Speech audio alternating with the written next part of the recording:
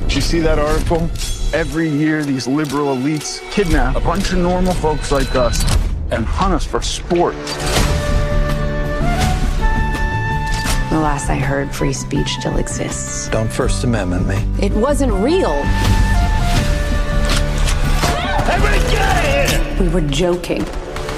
You actually believed we were hunting human beings for sport. But you are.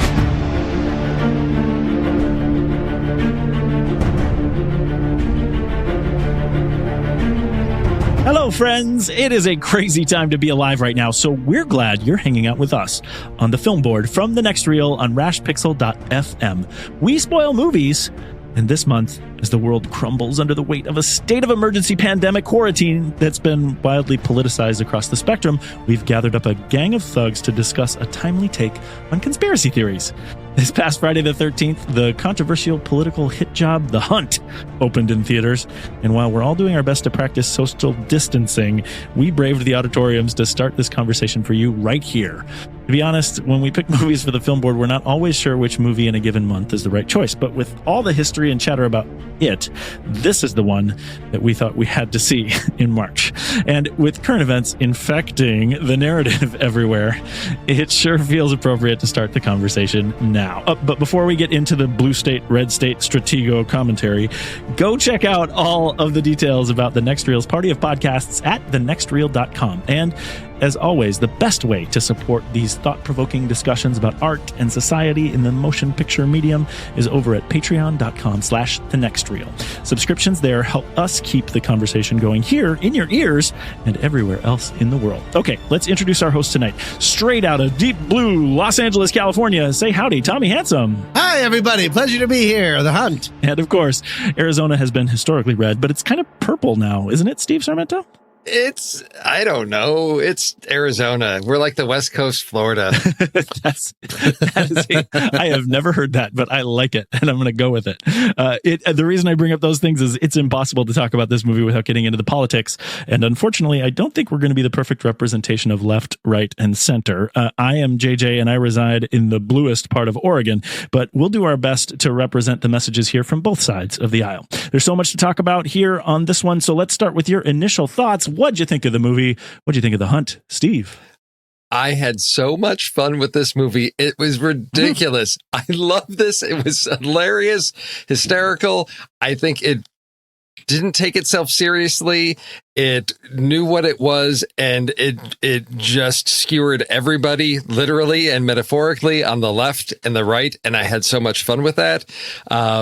It's exactly what I needed at this time of just something light and fresh and fun and ultra gory. Interesting that you thought there was a skewering on both sides. I definitely want to get into that when we talk. Okay, Tommy, what did you think of The Hunt? I think that the one thing that really hurt this movie the most was the controversy about it, because it was almost impossible to go in without thinking, all right, what is this movie trying to say? And the movie is trying to say almost nothing. It is a skit that is enlarged to about an hour and a half. That being said, why I wanted to be able to see it again fresh is because now that I know it's not really digging in, it's just satirizing the most ridiculous parts of the left and the right, and sort of shooting this non-character who's actually very interesting right through the middle. That being said, it's just a really fun B movie. I had a great time with it. I was just distracted waiting for it to say something. Did you say fun B movie? Fun B movie, yes. What do you mean? Its premise is razor thin sharp. There are almost no real people in it. They're all caricatures, and it's like an exploitation film of let's just make everybody crazy and push them to the both sides and then film an extremely gory. It's what B movies used to be. It's just a really fun, you can turn off your brain a little bit, but there's some fun stuff in there. I really had a lot of fun with it. I wish I could have seen it in a different light at first. Well, and I think that's really interesting because even in the idea of you saying that, if you apply it to the greater society, it may be trying to say that on a large scale as well. I think I agree with both you guys a little bit. I read all this stuff and all this controversy and all this stuff about how, it's meant to be a satire and it's not really satire and all this stuff. I didn't catch any of that. I thought it was a funny comedy. that was, it's a action comedy that's kind of gory and, has political themes in it. But I thought it was really fun. I was surprised by how much I liked it. And I think if you start getting into the questions of what is it saying or what does it mean or what was the intent, that's when all of a sudden you start not liking it because it doesn't execute on those things. I like that, Tommy, that you called it a skit because I think that's kind of what it is. And it's effective. It's an effective skit. But when it tries to dabble in some of the greater things, it kind of gets mixed up in its own metaphor, and then you just get kind of lost. This movie is at its best when it's just slamming you in the face and making you laugh, and I had fun with that part. So yes. Okay, so it sounds like we're pretty much in agreement, but I think that we're going to have to talk a bit over the things that everybody else seems to be getting up in arms about. So first, I'll give a quick synopsis. Well, again, though, getting up in arms about before they saw it. Yes. Right. Yes. Well, the script was leaked. That's one thing, and I was talking to Steve about this before. Is that the show. true? Yes. Oh, I didn't know that. I thought they were just talking about the synopsis. No, you see, and that's the interesting thing. So this is the first time in the history of my hosting of the Film Board that I was actually able to get a script for a movie. Yes, it's on the web, and it's going to be in our show notes, so you can click right on it because it's totally available online. And so that's a really interesting thing, right? Do you know when it was leaked? I think it was leaked much closer to the original open date, which was around September 27th, 2019. And it was pushed back. And this is, we were going to talk about this, but we might as well bring it up now. It was going to be then, but that is the week following the three almost simultaneous, very close in days, mass shootings in Gilroy, California at the Garlic Festival, Dayton, Ohio, and then in El Paso, Texas. So they decided to put it off, and they brought it back now here in March. So that, and President Trump tweeted about it. Yeah. So that's the kind of thing. So the script is out there. Yeah. So people have seen that. So it's a weird thing. But you're right. The controversy is different. Yeah. I've got an article here, August 14th, 2019. From District Herald, and it's the headline is "The Hunt script was leaked and the right was wrong," basically saying that all the backlash from that right wing group that was feeling offended about it, the script leaked, and people are saying no, that's not what this. Like that. It's not like that exactly. Yeah. But I did not. Well, and I must don't have recall only read the seeing first that page. Yeah, because and I want to get into that. Okay, so before we talk about this more, let me do a synopsis of the film. I'm going to try to not go too far with it, but I think we're going to get into what it is. The movie starts, and this is why I say the first page. The movie starts with a text string of liberal rage and a reference to a hunt and a plea, or is it a sarcastic jest, to delete the message. We are then placed in a particularly douchey first-class cabin that is disturbed by a confused huge man. The passengers play as though they will help him, but eventually kill him with no remorse. And then we wake up with a number of people gagged in a forest who find their way to a crate full of weapons and keys for their gags too. As they all arm up, they begin to be killed in a number of elaborate and actually hilarious ways. One of the newly awoken isn't present through this, though. Her name is Crystal, played by Betty Gilpin, who I knew from Glow, and people might know her from other places too. We meet her shortly as she wanders into one of the detailed death trap facades and both thinks and fights her way out of it. Her path from here is beset with terrifying charades just like this, and she works to find out who is hunter and who is hunted and why. And does it matter? Which I think when you get into some of those questions, maybe that's where people start reading into the subtext. Is there other things that, I skipped over a lot of stuff here, but I think we're going to talk about them in the show. Are there other things that are important for us to know about how the movie went or crises that we should bring up when we talk about what is going on in this movie? No, I think that, there's not much to it. When this ended, I was surprised. It is a short film. Runtime 89 minutes. Yeah. So when you're used to 2 hours, when you hit something 89 minutes, it's like, whoa, that was it. The pacing, it moves through things very quickly. There's not a lot of story. There's not a lot of character to this film. So that pretty much summarizes the main, I think, key story and plot points to it. Yeah. Yeah, and I think the happiness that we found in watching this as a skit comedy, I think is separate from all of this controversy. And I think the controversy, that I've seen and something, Steve, that you mentioned is you feel like everybody was getting skewered. And from what I've read, the filmmakers, the writers, Nick Hughes and Damon Lindelof, wanted it to be seen as not having bias. But everything I've read about it, all the opinions that I've read about it, claim some sort of bias. Do you think And it sounds like for you, Steve, that you were able to see it somewhere in the middle. Yes. Do you think that that's possible when you go see this movie? Is that the natural place for an audience member to sit?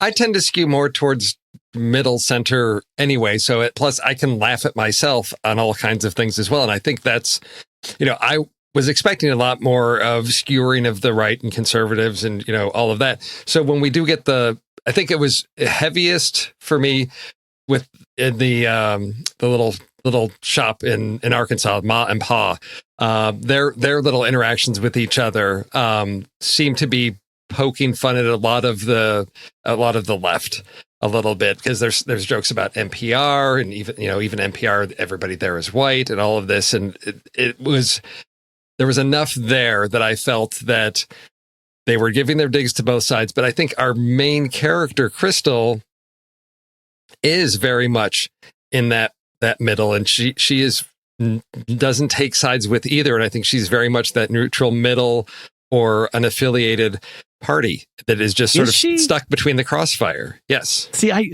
that's where I get really confused, because I feel like we have a pretty clear hero and villain here. And I mean, your point about only one side or both sides being skewered, I really didn't feel like the right was skewered at all in this movie. Did I miss some point where they were making fun of people on the right? The right was skewered? Yeah. I don't think it was at all. Well, I guess maybe if you acknowledge racism and homophobia to be a bad thing, then it's skewered because they are some of the worst of the right. Like they can be they start very paranoid. Even, with the fact, it's the whole thing about the snake eating itself, of how Manorgate and how the hunt actually becomes is a twist, sort of, that we learn later. But yeah, some of them are really awful people. And like Ike Barinholtz. Ike Barinholtz. He seems like he's got his stuff together, but when they're looking at when she goes into Hilary Swank's apartment and she sees the different photos, he's very clearly holding a tiki torch. He is a white nationalist. Right. But this is my point. So the only times that we ever see a negative by someone on the right is when it's being shown to us by someone on the left. No, whereas because the left people all embody their stereotypes. Oh, well, I don't know. If we take the main woman, what's her character's name? I'm sorry, Athena. Crystal. Oh, Crystal. I'm talking about Okay, Crystal, gotcha. our sort of audience surrogate, the hero. in effect. Actually, in the script, they call her the hero. She is the hero. That she pairs along with different people on the right and is okay with like Gary and stuff for a while, and then starts to really sort of distance herself from them once they start to show how intolerant they are. Right. Isn't that a way? When did she do that? Oh, come on. With Gary, when they're on the train and he's like, these are crisis actors. And she's like, Gary, I don't think so. There's a kid there. And he's like, yeah, kids, they got crisis actor kids too. That these immigrants or whatever, these are all just actors. Gary was so very much set up of that. And then he turns out to be right. See, this is the problem. About one of them. Right? One of them. I see what you're saying. But we don't know that he's not right about all of them, right? They only show us him being right about one. That's the problem that I have with them. No, but that guy said that he had been he'd been embedded. But he was already lying. This is the problem when movies take these things and turn them into lies. Like, I want to skip ahead a little bit, and because we already talked about how we bring this Manorgate piece of it up to it, right? And all of the right wing trolls are the people that are brought to the manor, and all of them believe that Manorgate is real. Already. Right?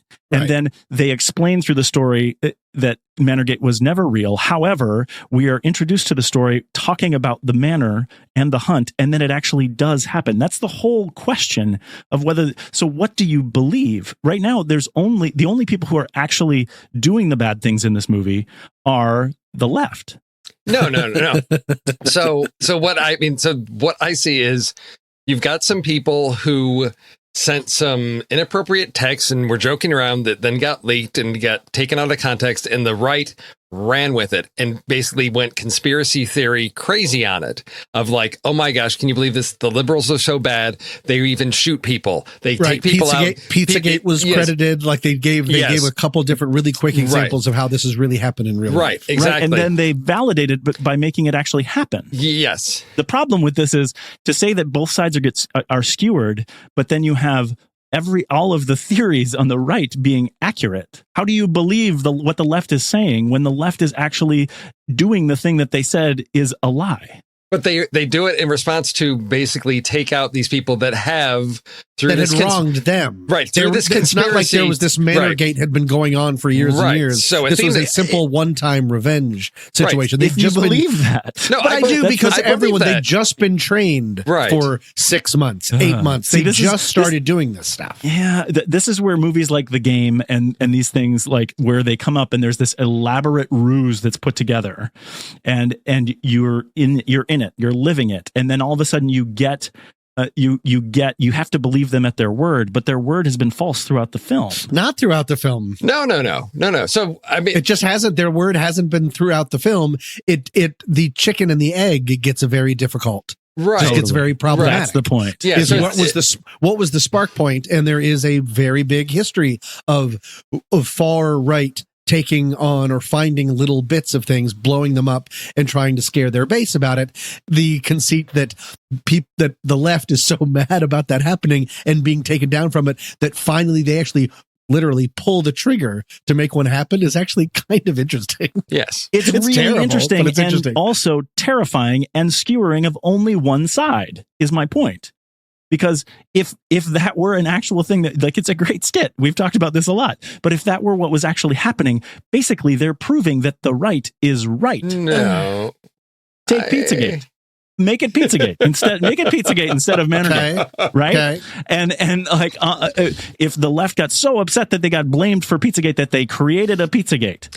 Well, no, but who is right? For me, it was they used Manorgate as to me that analogy is not going to work, because basically they created Manorgate to take out this small group. They said there's hundreds of them, but we're going to take out the 12 worst offenders of this. And they even rank them basically like, we want to. These people have come out against us. We have the power to do something against it. We're gonna do 12 people, and they came up with a great idea. Let's use this to our advantage. We're gonna use this thing.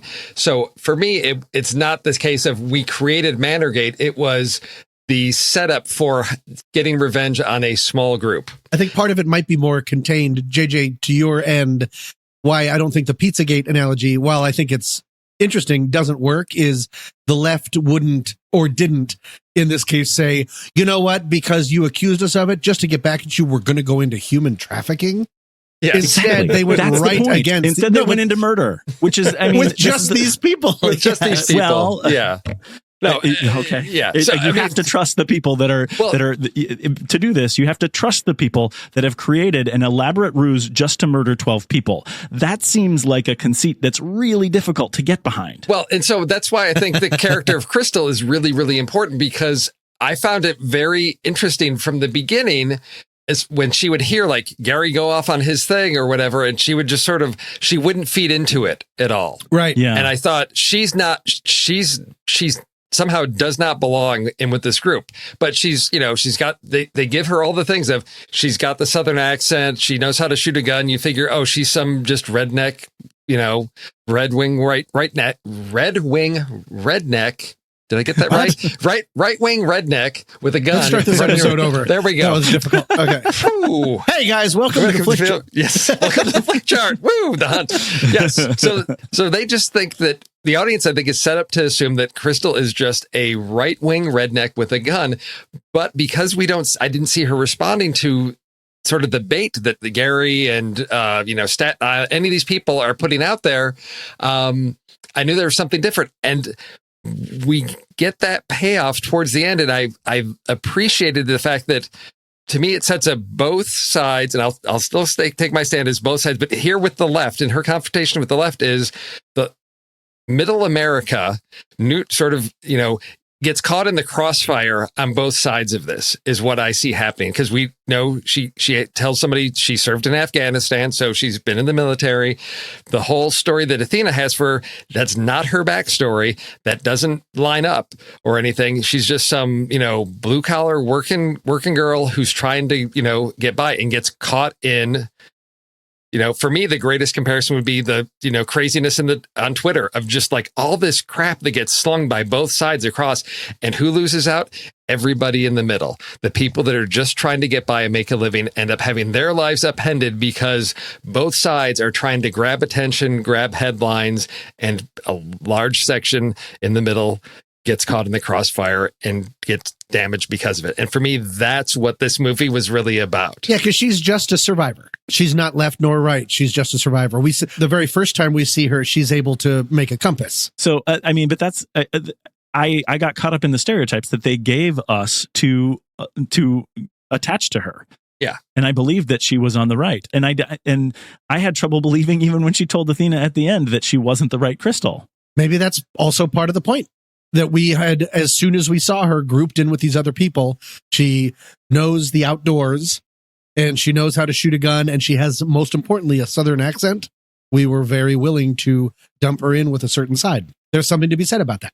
There is. And, I guess my question would be to try and really figure out what makes her the middle, because I never really caught her in the middle. I only caught the stereotypes putting her on the right. And then, of course, the determinism of her being grouped in with all these people led me down that path. But I think I like the way that you're seeing it, too. If you talk about that, honestly, this is telling us that if the middle can rise up and defeat the extremists on both sides, yes, that the middle is more intelligent and more calm and more all these things. Like, again, I don't. It's a big hunt, right? I don't think this is necessarily what this is saying, because I still believe that this is just a comedy with extreme players on both sides. Well, yes, I do too. Because the lefts are so left, they're so ridiculous. Everyone is constantly doing a purity test.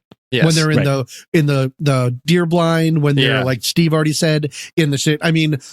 They're so caught up in their own and their incessant need to try to get the people they're hunting to admit that they've done something wrong, because then that will somehow justify their murder. Right. Yeah, that's all. Why do you think they're doing this? Why do you think they're following you? Yeah. If you can just think of one thing, that was one of my favorite parts, where she just sort of like, oh, all right. And what makes her the middle for me is her consistent, uncaring attitude, and why I just call her a survivor. She doesn't care about the politics. The people are always the right. Gary, when she's with Gary, not Gary, when she's with Dawn. Yeah. Oh yeah. Dawn, who dies in the thing. They're just always kind of like, well, why are they doing this? Do you think they're? She goes, I don't care. Yeah. They're just trying to kill us. And then at the very end, or not at the very end, but at one point, which maybe kind of sums up this movie, she says they're either brilliant pretending to be idiots or idiots pretending to be brilliant. Yes. Something like that. That's I'm paraphrasing. Line. It's a great line. Yeah. That also can maybe like describe some of the push-pull with this script. Yes. Like, as I said, like, I wish I could have gone in knowing it's not trying to say too much. It stopped looking too hard. All that stuff makes sense. But the point that I think is important in this is that there is only one group that's being hunted and one group that's hunters. So, like, there is good guys and bad guys in this movie. I don't understand how people on the right could see this movie and be upset. Well, I think it came from how the first trailer was presented, which was just the clips where it's just like, oh, it's a bunch of liberals that are, have captured a bunch of, conservatives and are using them for shooting practice, basically was the first. Yeah, that's absolutely why they would be upset, is because they feel that elites, the stereotype, can we put a stereotype carte blanche over everything so we don't have to purity justify too much during this whole thing. But, that they are looked down upon by the elites. But doesn't it play into the narrative? Well, yeah. This is the thing. The right, the way that the right is portrayed in the movie plays into the right's narrative. Yes. The way that the left is portrayed in the movie is counter to the left's narrative. So why would the people on the right be upset with the way that the movie has, because it just fires them up more, whereas the people on the left are like, of course not, this is ridiculous, and the left should be upset about the way that they're portrayed as foils and elitists that are hunting people because they're angry. But they do get angry. I mean, they get fired up, but they also get angry that there's a lot of the country believes there's literally a war on Christmas. Right. I mean, this just happens, and it can be seen as anger, and it can be seen as fear. It can be seen as paranoia. It can be seen as all of these kind of things. I just feel like the movie, if we're talking about the political points of it, I just think it's pointed directly at one side and saying one side is wrong because they're villains and the other side is right because they're hunted. And that's the thing that I think is but there's so much racism, there's so much homophobia, there's so much stuff that the people on the right are, calling it a crisis baby. Those are horrific things to say. Those are terrible. And they do. And yeah, well, that's the hard part because I'm not on the right. So it's really hard for me to understand because I hear that stuff. And so, unfortunately, this, again, it validates the narrative, which is the thing that I get really nervous about when I see in movies. That's, we were talking just recently about the movie Zootopia. Have you guys seen Zootopia? Yeah, yeah. No. Yeah. So Zootopia is a movie by it's straight up Disney, right? Not Disney Pixar, just Disney. And I think it's a great movie. I think it's wonderful. I do think politically it's kind of dangerous, however, because there is a lamb that is running things, and the ultimate, we're spoiling Zootopia for our listeners now. The lamb is poisoning predator animals into making them violent, and ultimately it's the lamb that is creating the war. Right. And that again plays into a very conservative talking point that peace-loving people are actually just violent with peace, wearing a peace-loving coat, which I think is kind of scary when we talk about that. But that's the kind of thing. I think it's interesting that these movies point at one side and not at both. It is the way that I felt when I'm watching it. But maybe it's just a magic mirror. Maybe you just see what you want to see in it. It might be a magic mirror. It might also be, Damon Lindelof, I don't believe can possibly be on the right. If you've seen, like The Watchmen, his latest thing of The Watchmen on the stuff, which is such an incredible examination of race and inequality and stuff in America through the guise of a superhero story. Potentially because they are on the left, that they're over worrying about it. And don't want to pull some punches or something because they don't want to be dismissed as that. Maybe in an effort to try to be as equal as possible, they run the risk of running this is a tricky movie to talk about. One other thing it really is potentially is that the hunt is in real life made up. Yes. But in real life, a lot of the things brought up by the people in the right in this movie are real. Yes. Like white nationalism, these things that have happened. And so there's also, that is a little queasy too, to compare. That's why this movie that's why this movie deserves conversation, because it is a little queasy. You get worried when you all of a sudden validate the narrative of people who are making really scary things real and saying, we're only doing these scary things because these other people are doing these other scary things. Maybe is the real point of this movie to just everybody should stop making wild accusations? I think it's not as smart as we want it to be, and I think it gives us an opportunity to laugh at the extremes and stereotypes, and ridiculous, over the top gore and violence just puts us in a very different mindset, so that everything becomes cartoonish in this. And to me, this is definitely a movie that's out there to entertain and not to take a strong political stance one way or the other. And I think that's why we're having difficulty pinning it into a corner, because I don't think it's that smart. I think it's grab the stereotypes, grab the common things that people are going to resonate with, that's going to be familiar with, and then just basically Hunger Games the heck out of this thing. And that's what it is. But if that's true, then why all the Animal Farm references? I'm no Animal Farm scholar. Oh, no, what are they trying to? What allegory? Nothing. Are they trying to? No, there's nothing, because I saw it with Andy. He's like, it's been a long time since I read Animal Farm. What's this whole thing calling her Snowball? And I'm like, there's nothing with Animal Farm and a pig named Orwell. And again,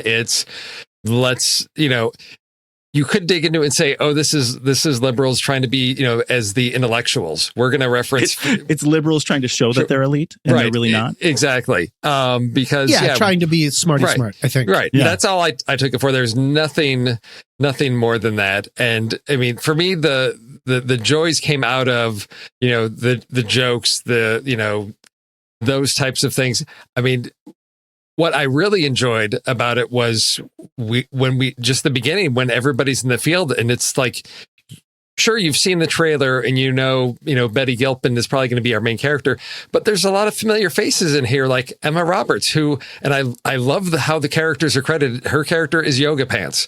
And so it's like, oh, Emma Roberts. Okay. And she's okay. How long is she going to last? And how, and she is our surrogate. I mean, she is our viewpoint for so long. Right. Yes. For the whole beginning. And then we meet the male hero. The guy that ends up stepping on the mine. One of the things I like the most about the script and the filming is how they make it pretty clear. Don't get hooked onto anyone and too much until you meet. And it's just then to just go, I mean, just ridiculous. So you've got the one woman who runs and falls into the little, spike pit, and he gets her out of there and then steps on the landmine and her torso ends up back in the pit. It's ridiculous, but it made me laugh so much. And that's hilarious. It is. And now all this stuff we're talking about, the guy who steps on the mine, the male hero, this is Justin Hartley. He's uncredited in the movie. Oh, really? But he's a relatively big star right now because of This Is Us. Oh, so is Emma Roberts. I mean, they're expertly cast as kind of like a what do you call it? Who's the woman that died right away in Scream? I'm sorry, I should have this. Oh, Drew Barrymore. Drew Barrymore in Scream. Yes, I mean, he's giving us all of our people, and then taking them away pretty quickly. It's a great way to do it. Yeah. So it's neat for these people for Justin Hartley to not even be credited. Right. It's just shocking. Yes. Yeah. Well, I just love these names. So I want to run down some of. So we've got, Crystal. We've got Athena. That's Hilary Swank. We've talked about Ike Barinholtz's Staten Island. Then we've got Don with 3 question marks. We have Shut the F Up, in parentheses, Gary. We have Yoga Pants. We have Sturgill Simpson as Vanilla Nice. We have, I'm pretty sure this is our girl in the pit, Dead Sexy. No, that's her name. No, isn't the girl in the pit? Isn't that Big Red? Is it? No. Big Red is the other one. Mm-mm. That's the other. They all have crazy names. We have all of the casting. Then the one that wakes up on the plane in the beginning is Randy with 4 N's and 4 E's in the name. So, and then our I think Big Red eats the poison donut. Yes, Big Red does eat the poison donut. Oh, yes, you're right. So Dead Sexy is the one in the right, and then we have pit. We have our flight attendant / not stewardess / Kelly, who finally gets to eat some caviar at the end. Right? Yeah. Yes. And you can tell that they had a lot of fun writing it. You can also maybe tell that they wrote it pretty quickly. Oh, yes. In that, sure. Yes. By the time that Crystal, it seems lightning fast until Crystal infiltrates the bunker and takes almost everybody out. Yes. I was like, wait, what is this movie about now? I mean, that was so fast. I was waiting for this kind of a Ready or Not kind of one by one hunt people down. They all hold up in Athena's manor. We finally get to the manor and it happens. And instead they were like, no, let's just go for it. And in a way that I didn't disagree with. I thought it was really neat. Yeah. I thought it was fun, and it's an action comedy. That's the thing. Yes. All of the political stuff aside, this movie is an action comedy. There's actually some really great action stuff in it, and there's some good laughs too. It works in that way. Can I say what my favorite joke was? Okay. Yeah. When Athena is working out and they're all in her manor picking who they're going to go with. Oh, yeah. And the African American, sorry, it's okay to call them black now, is said in the film. The African American comes up and everyone's like, no, what? And then that one guy goes, look, if we do this hunt without someone of color, it's going to be really problematic. Yeah. That's an incredible line. If we don't also kill a black person, it's going to be problematic. That is like the craziest left idea of inclusion, which is incredible. Yes. And there is a great satire of the left and the left stereotypes in this movie. I don't think one thing that I definitely don't want to skip over is Betty Gilpin in this movie. I thought she was awesome. I thought she was interesting, fantastic, she was so weird everywhere in this. Yeah. She is in Glow. She's Liberty Bell from Glow. Yes. And the way she does the accent here, the mannerisms that she does with her face. Who was she? She's explaining they had a military consultant, and she's lying down after she's taken out everyone in the bunker. Yeah. Yes. And she gives the line. Well, he asks something like, well, why are you doing this? Or what's getting you through? Or why are you in your job? And she says, because I'm so, and she just makes a face. Yes. And she says, and it's the only thing I can do to stop the face. And it just, I just thought her delivery and everything. And when she's in the final battle with Hilary Swank, which I thought went a little too long, but in general, like it all worked really well. And, you know, they're explaining that they picked the wrong crystal, right? Yeah. Like that actually, if they would have picked this person that they thought was the right crystal, that maybe it would have been all different. Right. But she explains to her and she just drops a tear as she's like dealing with all of the stuff she's dealt with. And you guys have mentioned that she is, you know, deadpan throughout it. Yeah. She's not reacting to the jabs from either side, but you see Betty Gilpin was amazing in this. And I liked her before in Glow, but this performance, and I don't know how many people are going to see this, but this performance will make me see anything she's in. She's so much fun to watch on screen. Agreed. Oh, yes. Agreed. Because there's a way to look at that role as being incredibly underwritten. Yeah. I mean, nothing going on. And she brought it to light. It reminded me kind of like a Happy Death Day or Happy Death Day to You of the movie is 85% amazing because of the lead actress. Yes. That she makes it all work. Yeah. How about Hilary Swank? What did you guys think about Hilary Swank? I feel like I haven't seen her in a long time. I don't think you have. And I thought she was having a lot of fun. Yeah. Yes. Yeah. I think so. And you know, the first time I ever saw Hilary Swank, she was the next Karate Kid. Oh, so, yes. That's right. She definitely can do martial arts. And I don't know that everybody knows that because of all the other stuff she's done in the world. But I was happy to see her. I pretty much like everything that she's done in the world, too. So that was cool.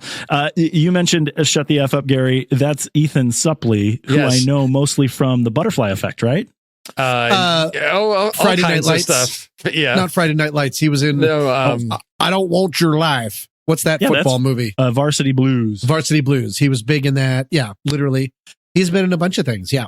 Oh, see, he's lost a lot of weight. Yes, he has lost a lot of weight. See, I always think of him from Mallrats when he's staring at the little, you know, the thing. You got to go cross-eyed to make the thing. And he's looking at it. He's like, I can't see it. And he's just standing there for like the whole movie trying to finally see the ship. So yeah. Oh my gosh, his IMDb page, it's huge. You're right. He's never stopped working. Of stuff. Yeah.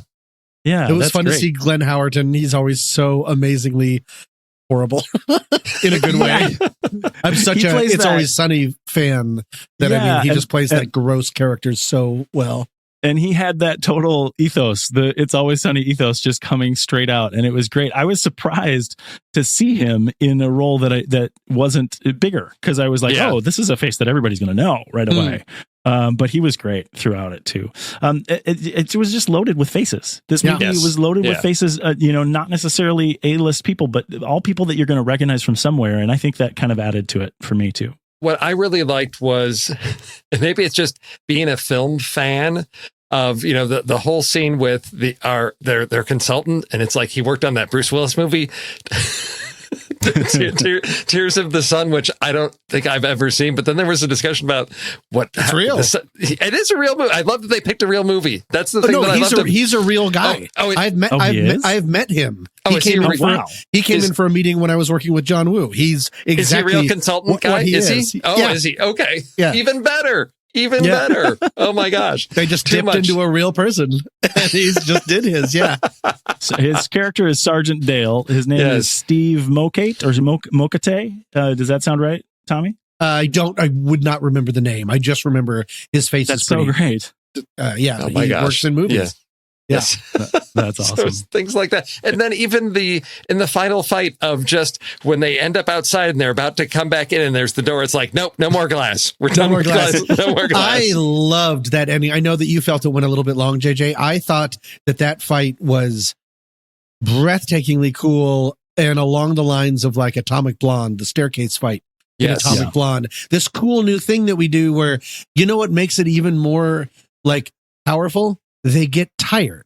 Yes. They get legitimately tired instead of just being like, oh, I hit a rock on my head, but I'll shake it off. I mean, it's I mean, at the end of this one and at the end of the Atomic Blonde one with Charlize Theron, I mean, they almost cannot breathe. Yes. And that's feels much more realistic than everything else we see. And I like the added thing that almost every part of the set piece of their fight involved a very elite rich person's house. Yes. She was stabbed with a fancy an electric meat thermometer. She was cut with a food processor blade, and then they were rolled through a indoor fireplace. Yes. And then they busted through a big picture window as well. Huge picture window. Yeah. And like the frame was blocked as they went through the entire, was showing how much light was coming in through all the different windows. Yes. That's just great. That's just smart. Like, why that was not? my favorite camera shot. My favorite camera shot of the movie is when they're fighting outside and we're still inside. Oh, and it goes across and it goes sliding across, panning. Right. Oh, it was great. Super clever. Yeah. Is there anything else production-wise that you guys think is important to talk about this movie? I again talked about that great camera move. The music, I didn't really notice the music too much, but it moved so quickly. I don't think there was a whole lot of stuff that was determined by the music. I think the music was probably a supporting character. That's Nathan Barr, the composer for this one.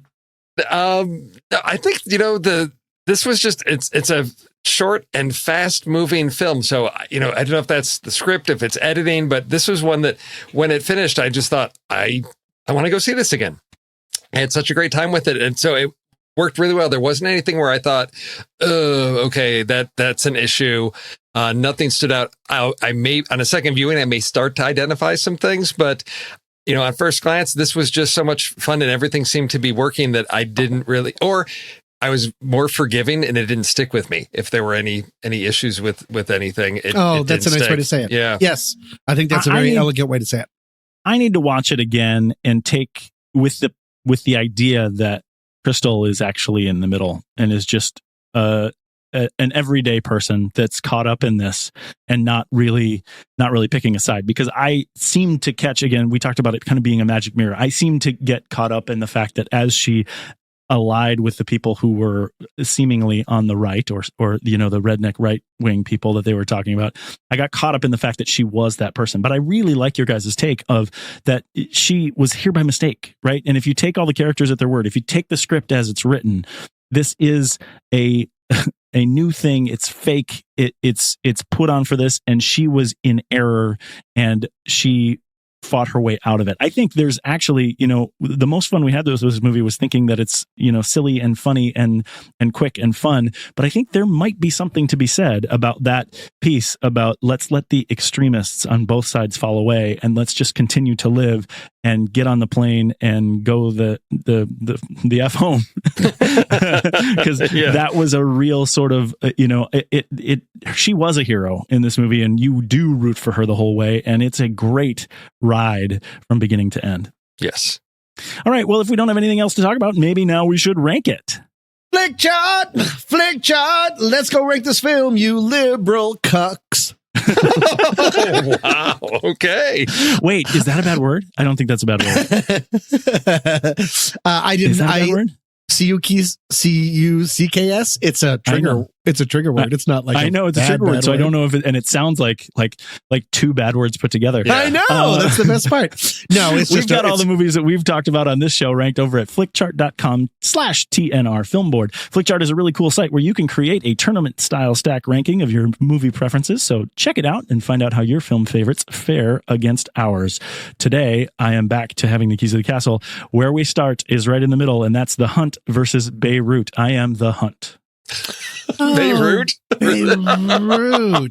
I remember really liking that and then never thinking of that movie again. Oh, it came up on Discord and it's Nick Langdon has issues. It. Yes. I'm going to say Beirut, and I apologize for the Well, I remember really liking it, and I remember the big thing I said on that review was it felt like a movie for grown-ups, and I hadn't felt like a grown-up in a long time, and I liked it.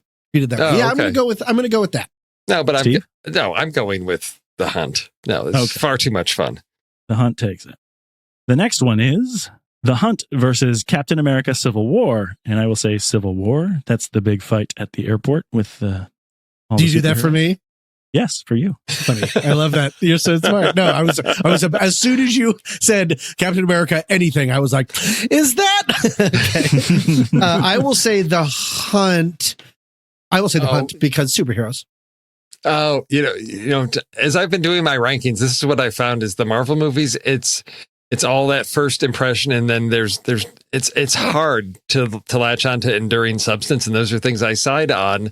Of something meaningful and artful, and neither of these movies have that. They're just pure entertainment and fun. And I try to also balance out the bias of the fresh, of like the high you get off of that is really hard. And that's the hardest one. I do like Captain America: Civil War, but it's 2 hours and there's so many things that are problems. All I remember is the airport fight too. So right. I will say that. Yeah, you've got 30 minutes of that. So I'm going to go with The Hunt. All right. I'm going to go with The Hunt. Got more to say. I agree with that. Okay. The Hunt or Knives Out? I'm going to go with Knives Out. Oh, Knives Out. Definitely. Absolutely. That was easy for us. I just watched it again on Redbox. It holds up. It's so good. I'm sorry. No, that's okay. No, and I think, honestly, I think you mentioned that it holds up. I think it actually has increased in a lot of people's eyes. I know it has in mine. When I look at my personal flick chart, like it's actually kind of low, but now when I think about it, I really have a reverence for it. So next one is The Hunt or Prisoners. I'm going to go with Prisoners. Oh, Prisoners. Yes. I love me some Denny. It has to be Prisoners. Yes. Okay. And then The Hunt or Rogue One. That's The Hunt. I'm going to say Rogue One. Which one's Rogue One? Rogue One is the one with stormtroopers on the beach. Yes, stormtroopers on the beach and acrobatic Darth Vader, and I'm going to always keep giving you guys my my 3-word thing because JJ has learned fight at the airport, and now it's stormtroopers on the beach. Stormtroopers on the beach. You got to remember that. So, Steve, it's your vote. I'll go with The Hunt. I'm going to go with The Hunt because I had fun. I did have fun. Okay. This one's going to be harder. So, The Hunt or Captain America: Winter Soldier. Now, that's number 2, Tommy. That's the Cold War one, kind of, right? Yeah, yes, that's the Brana. No, it's the exposition bunker scene that I always call, where we've got little robotic German scientists telling us everything for like 10 minutes. I'm going to go with The Hunt in this one. I don't remember enough, so I think Darnell will kill me, but I'm going to go with The Hunt. Oh, and I don't worry, I'm there with you too. So I'm all about. Then Darnell, I'm switching mine to Captain America, but it doesn't matter. Because I think our Marvel movies are way, the bias of the fresh has put them a lot higher. And I'm trying to balance some things out. So for sure. Yes. So this is now The Hunt versus Glass. And I will pick Glass. Glass. So Tommy, that is the most recent one. Oh yeah, Glass. No, I will pick I will pick I just watched Glass again. Keep watching that movie. Man, it doesn't stick to landing. I'm going to go with The Hunt. Okay. What did you say, Steve, JJ? I didn't hear yours. Oh, what did you say, JJ? Glass. Oh, geez. I got to be the deciding vote? No, you could vote first, Steve. No, I could have, but yeah, you snowflake. All right. Yeah, I know. I'm going to go with Glass because I love that whole sort of, do you call it a trilogy? Unbreakable, Split, and Glass? It is. Yeah, so I'm going to, I'll call that. Okay, so The Hunt ends up as number 18 on our flick chart. I feel like that's pretty high. Oh, yeah. Considering it's an 89-minute movie. It's an extended sketch. Yes. But that being said, I agree. I think we had a lot of fun with it. I wouldn't have put it this high. It's actually, I had to rank it twice on my personal flick chart because I put it in the top half first, and then it went all the way down to the bottom of the middle. So I did it again, and so it's in the bottom half. But it's just it's a fun movie. There's definitely reasons to go and see this one out there. Yeah. Okay. It's the Marvel stuff that keeps it, because I'm looking at the list, and so like at number 21 is Fury, and I would have picked Fury. Okay. Right. So we've got a little messy. Let's do another re-ranking on this list every weekend. Yes. If everyone can just set aside 18 hours of every weekend, we'll be able to do that. Okay, Letterboxd star rankings out of 5 and 0.5s count. I think it's a 3-star movie. It's a little bit over half for me. I really enjoyed it, and I liked it. I'll say 3.5 and I might go back and rethink that later. Yeah, I'm going to go 3.5 and a like on that one. Cool. Yes. Great. So that's somewhere like 3.333 so rounds up something. To it's Pi Day today. We're recording on Pi Day. So it's 3 and point something. We'll switch the 1.4 to a 4.1 and we'll be happy about it. And we all liked it, which is great. So where do we go from here? Next month is a whole bunch of uncertainty. I think we were planning on seeing No Time to Die, which was the James Bond movie. It was scheduled to come out Easter weekend on April 10th, but that's all been pushed back. Everything's been pushed back. And because of that, we haven't really gotten to a place where we feel comfortable picking our movie for April. everything's uncertain right now, and we wish we could be picking something and getting everybody set for something, but we definitely don't have that right now. So right now it's a little bit of a question mark. The same could not be said for the main show on the next reel. They are currently working on their Spike Lee series. Recently, the most recent one up there is, let's see, it's Do the Right Thing, which is great. So there's been a lot of great things out there. They're also doing Bamboozled and one other one. I can't remember what the other thing is. So lots of fun stuff with the Spike Lee series. Yep. And then coming up soon, I don't know when it's going to start, but it's coming up very soon. The Marvel Movie Minute will start examining The Incredible Hulk, which should be a lot of fun as well. That's what's going on in the world of the next reel and all of our fun podcasts. There is a special place on the internet where we gather in between recordings, and all you wonderful people out there in the world should come join us there on Discord. Go to thenextreel.com and let us know you want to hang out on our server with our fun film family to discuss all the remarkable things from throughout the entertainment universe. There are specific chats about all of the TNR shows, so come on over and join the gang. That's where we'll keep the conversation going. But for this one, say goodnight, Tommy Handsome. We did it. Good night. And one more word from Steve Sarmento. Hondo. At the next reel, when the movie ends, our conversation begins. Till next.